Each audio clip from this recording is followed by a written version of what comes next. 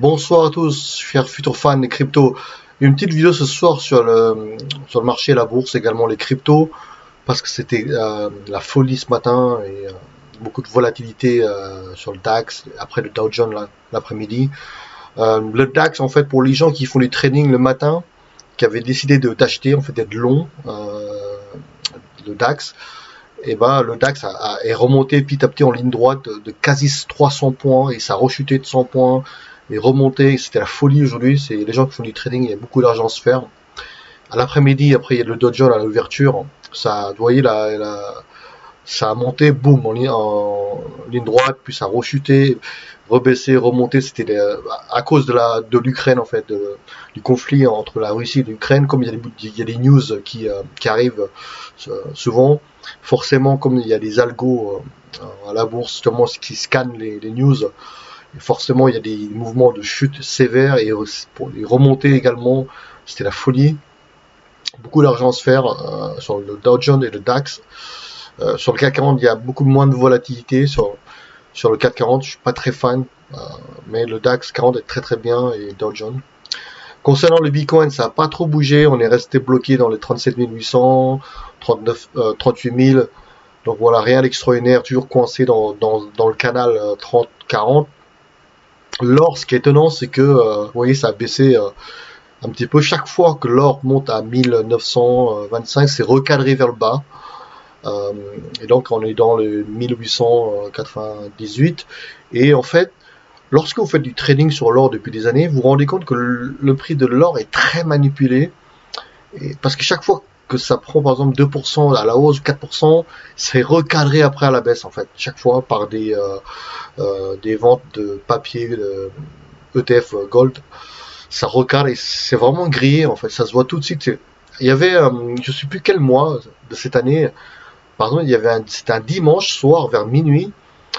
Ils ont fait chuter l'or de quasi presque 100 points à minuit et quelques en fait, un truc incroyable.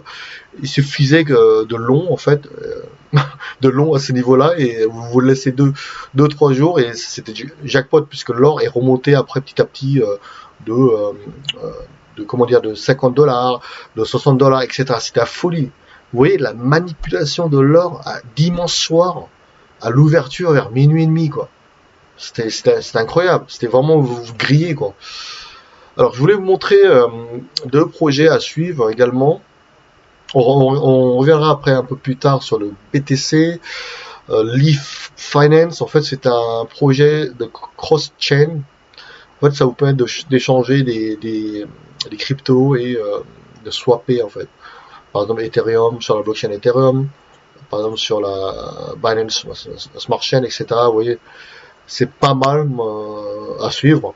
Allez voir sur leur site li.finance. Également un autre projet qui s'appelle Métis Layer 2, l'équivalent à peu près à Polygon. À suivre également, je pense que c'est très très intéressant de suivre. Le prix il a 107 $ pour l'instant. Pourquoi? Parce que bon, la supply c'est seulement 10 millions, d'accord? Forcément, le prix il est à 107. Ça vous paraît élevé, mais parce que la supply elle est faible. Voilà, ce projet à suivre, deux projets à suivre. Je ne sais pas si vous connaissez, faites-moi un commentaire, également un like s'il vous plaît. N'hésitez pas à vous abonner à cette chaîne. Donc si vous avez des questions, n'hésitez pas également à m'envoyer un email. Concernant la FG Box, on avait fait, vous vous souvenez, un portefeuille démo avec diversifié avec plusieurs cryptos connus. On est toujours en profit, 592 pour une balance de 9593. Et donc ça va défiler en haut à gauche. Donc vous voyez pour l'instant on est encore positif. À voir lorsqu'on fait du DCA. Donc on va prendre, si ça chute, si le marché chute beaucoup plus bas encore, hop, un petit buy the dip ici, d'accord. C'est mon point de vue à moi. C'est pas un conseil d'investissement, mais faire des DCA à long terme, peut-être de cumuler tous les mois à des niveaux beaucoup plus bas et le garder à long terme. C'est ça qu'il faut faire. C'est la meilleure stratégie à faire si vous n'avez pas le temps de faire du trading. Parce que faire du trading c'est compliqué, il faut suivre les news, etc. Si vous travaillez également, oui c'est compliqué. Le DCA c'est la meilleure stratégie à long terme, de holder à long terme et de prendre, de buy des dips d'acheter quand ça chute de moins 10%, moins 20%, trouver des points d'entrée, et vous cumulez, ainsi de suite. En plus, on va bientôt, sur un projet de développer l'application FGBox Android. Donc, vous pourrez gérer votre portefeuille crypto, également votre portefeuille 440, DAX 40, etc. Je vous tiendrai au courant sur ça. Et alors, concernant les news, bon, on va écouter ce qu'elle raconte un petit peu. This is why Bitcoin in Canada matters. Throughout February, truckers have been protesting the government's injection mandate. I'm going to be careful with the words I use. In order to stop these freedom-fighting and largely peaceful protesters, the government implemented the Emergencies Act, which is actually reserved for terrorists. This means the government can freeze the bank account of protesters and those who donated. As a result, people started using Bitcoin because it's outside of the traditional system. Now, the Canadian government is asking all crypto companies to freeze funds and addresses. This includes centralized exchanges, to which the CEO of one of those exchanges advised people to withdraw their funds as they will be forced to comply. When you withdraw your funds into a non-custodial wallet, it's non-confiscatable and cannot be frozen. Bitcoin is the most empowering type of money immune from government corruption. As a result, Canada is now investigating whether CEOs encouraging this withdrawal is illegal. Alors, ce qui est quand même incroyable, c'est que le gouvernement, enfin au Canada, ce qui se passe, c'est qu'ils vont geler les comptes bancaires et les actifs des gens qui ont manifesté en fait au Canada. On parle de convoi de la liberté, etc. Et en fait, ils vont également demander aux exchanges centralisés de geler les adresses également des cryptos. Vous voyez, ça c'est l'inconvénient d'être dans un exchange centralisé, etc. Vous voyez, c'est donc il arrive qu'un gouvernement peut geler votre fonds, hein. Donc ça peut arriver partout. Voilà les news. Il y avait une autre news, j'ai vu que le London Stock Exchange, la bourse en fait anglaise, allait acheter en fait un crypto trading system, également de Bitcoin pour 350 millions à peu près. C'est une très très bonne nouvelle. Également le processeur Intel va challenger le Bitmain, qui est une compagnie en fait qui fabrique des puces pour miner du Bitcoin, et Intel justement s'intéresse à ça. Mais donc vous voyez, est-ce que vous croyez vraiment que les crypto-monnaies vont couler dans 6 mois, dans 1 an? Moi, j'y crois pas trop. Donc, il y a des choses qui avancent, et il y a des gens qui investissent, les compagnies qui investissent dans la blockchain, etc. Donc, j'y crois pas trop que ça va couler crypto-monnaie. Vous voyez. Également, sur le Salvador, il me semble qu'il y avait des news depuis qu'ils ont légalisé le Bitcoin en fait chez eux. Ils ont eu une augmentation de 30% des touristes. Forcément, il y a beaucoup de fans des cryptos, de Bitcoin, qui sont allés visiter le Salvador, qui connaissaient pas le pays. Et en plus, on peut acheter et payer en fait avec le portefeuille de Bitcoin en fait au Salvador. En plus, ils vont créer une ville Bitcoin avec des low taxes, des taxes très faibles. Également miner du Bitcoin avec l'énergie géothermique du volcan, émettre une obligation de 5 milliards sur la blockchain Bitcoin. C'est une première mondiale. C'est incroyable ce que fait un petit pays comme le Salvador.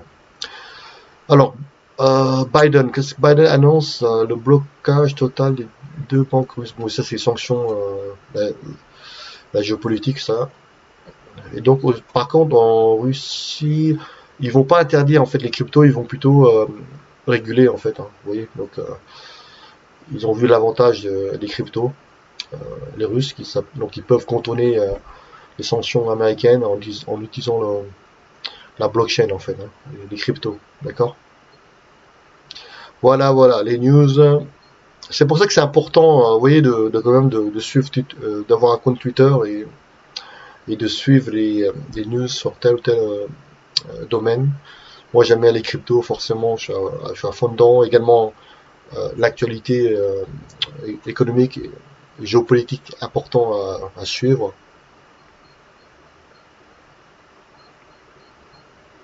Voilà, rien de nouveau.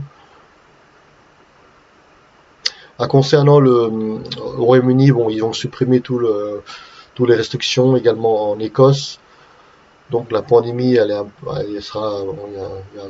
plus de pandémie, hein, puisque beaucoup de pays maintenant suppriment les restrictions. Omicron, apparemment, c'est une maladie comme la grippe, donc voilà, c'est officiel. Voilà. Très bonne nouvelle, bonne news pour le touriste également, je pense. Juste une autre concernant le Bitcoin maintenant, quand on revient un peu sur le Bitcoin. Alors moi, je pense que bon, le range, on sait que c'est dans les 30-40, d'accord. Le niveau, honnêtement, vraiment à monitorer, à surveiller, c'est 30. Est-ce qu'on va casser les 30 000?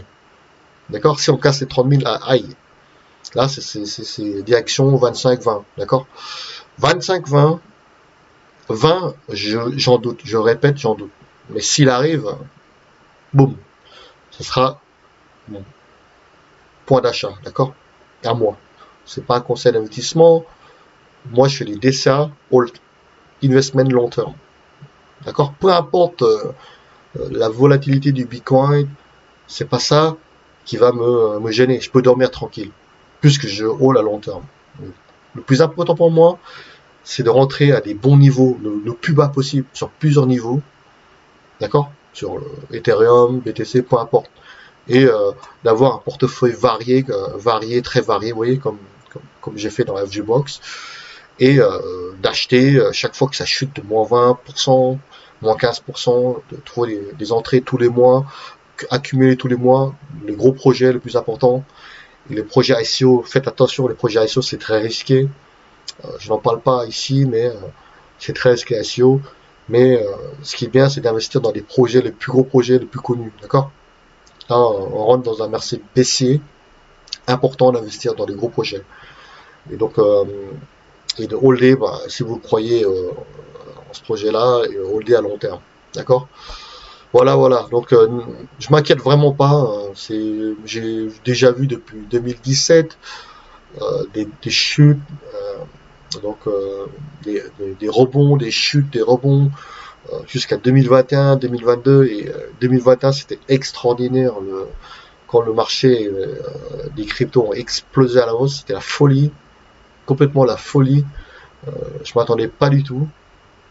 En plus, il y avait des tokens comme Shiba qui ont fait des performances incroyables, comme Solana également x200, Cryptocom également, c'était complètement la folie. Cardano également qui a fait 2-3 dollars, je crois, il me semble. Et bon, XRP était bloqué dans les 1.65 avec le procès avec la SEC aux États-Unis, c'est pas encore fini.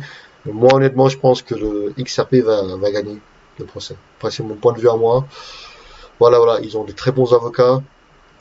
L'or à suivre également, mais l'or, le problème de l'or, l'or ne permet pas d'avoir des dividendes. C'est pour ça qu'il y a des gens qui n'aiment pas beaucoup l'or. Vous n'avez pas de dividendes, d'accord? En plus, l'or physique, c'est pas facile à stocker, etc. C'est compliqué. Il y a un coût de stockage, etc.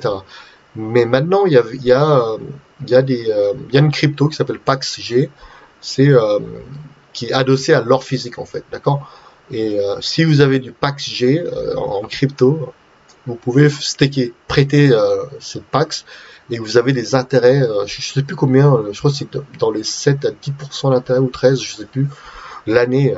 Donc là, au moins, vous avez des intérêts si vous avez du PAX Gold, d'accord.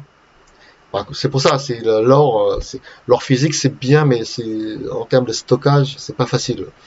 En plus, le revendre et tout ça, mais c'est facile de vendre, mais en termes de sécurité, vous voyez, c'est compliqué. Mais je sais que Revolut propose pour simplifier en fait de stocker l'or pour vous, et vous pouvez acheter l'or et c'est de l'argent via l'application Revolut. Et donc c'est facile pour vous d'acheter, de vendre, de faire de la spéculation ou de placer, de faire un compte d'épargne en fait. Tous les mois de faire du DCA, d'acheter 50 euros de gold, 50 euros de silver, etc. Revolut, c'est pas mal, d'accord. Allez voir sur leur site de revolut.com.